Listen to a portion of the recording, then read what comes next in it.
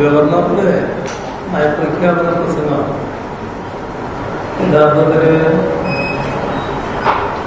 ഒരു നയരാഹിത്യത്തിന്റെ പ്രഖ്യാപനമായിട്ടാണ് മാറിയത്. കേരളത്തിന്റെ പ്രത്യേകത വെച്ച് കേന്ദ്ര സർക്കാർ സംസ്ഥാനത്തോട് സ്വീകരിച്ചുകൊണ്ടിരുന്ന സമീപനം, അതുമായി ബന്ധപ്പെട്ട് കാര്യങ്ങൾ നയപ്രഖ്യാപനത്തിൽ ഉണ്ടാകുന്നത്. അങ്ങനെ നോക്കിയാൽ അറിയേണ്ടത് പറയാതിരുന്നിട്ടുണ്ട്.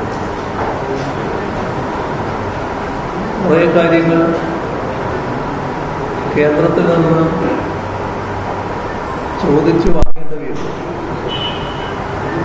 അതിനെക്കുറിച്ചെല്ലാം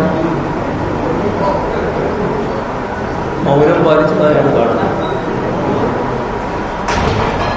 ഇത് സംസ്ഥാനത്തിന്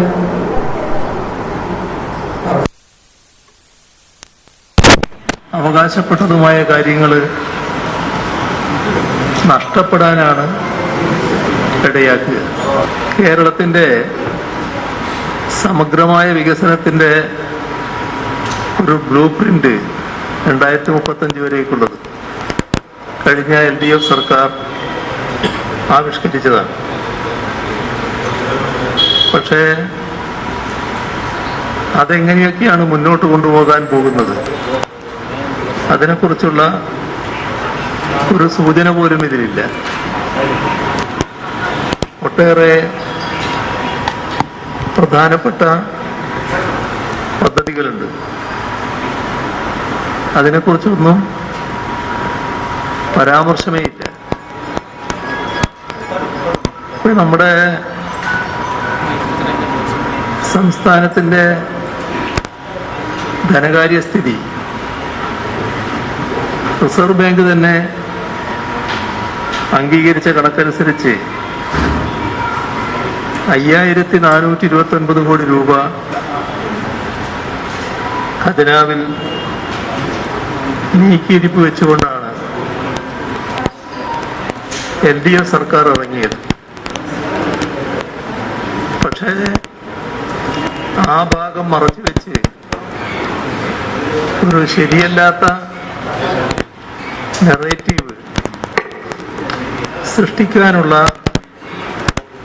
ശ്രമമാണ് ഈ നയപ്രഖ്യാപനത്തിൽ കാണാൻ കഴിയുന്നത്. അതോടൊപ്പം കേന്ദ്ര സാമ്പത്തിക നയങ്ങൾ കൊണ്ട് ദുരിതമനുഭവിക്കുന്ന നമ്മുടെ നാട്ടിലെ ജനങ്ങൾ അതേ നയമാണ് തുടർന്നതെങ്കിൽ കൂടുതൽ പ്രതിസന്ധിയിലേക്ക് തള്ളിവിടപ്പെടുകയാണ് ചെയ്യുക. ഇവിടെ ജനങ്ങൾക്ക് ആശ്വാസം നൽകുന്ന നടപടികൾ, അത് ചിലത് ഹ്രസ്വകാല നടപടിയാകാം, ദീർഘകാലാടിസ്ഥാനത്തിലുള്ള വികസന പദ്ധതികളാകാം. ഇതിനൊന്നുമുള്ള ഒരു കൃത്യമായ കാഴ്ചപ്പാട് ഈ നയപ്രഖ്യാപനത്തിൽ ഇല്ല എന്നതാണ് വസ്തുത. മാത്രമല്ല,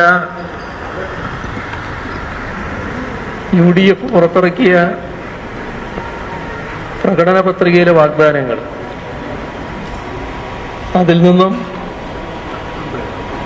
ഒരു തരത്തിലുള്ള ഒളിച്ചോട്ടവും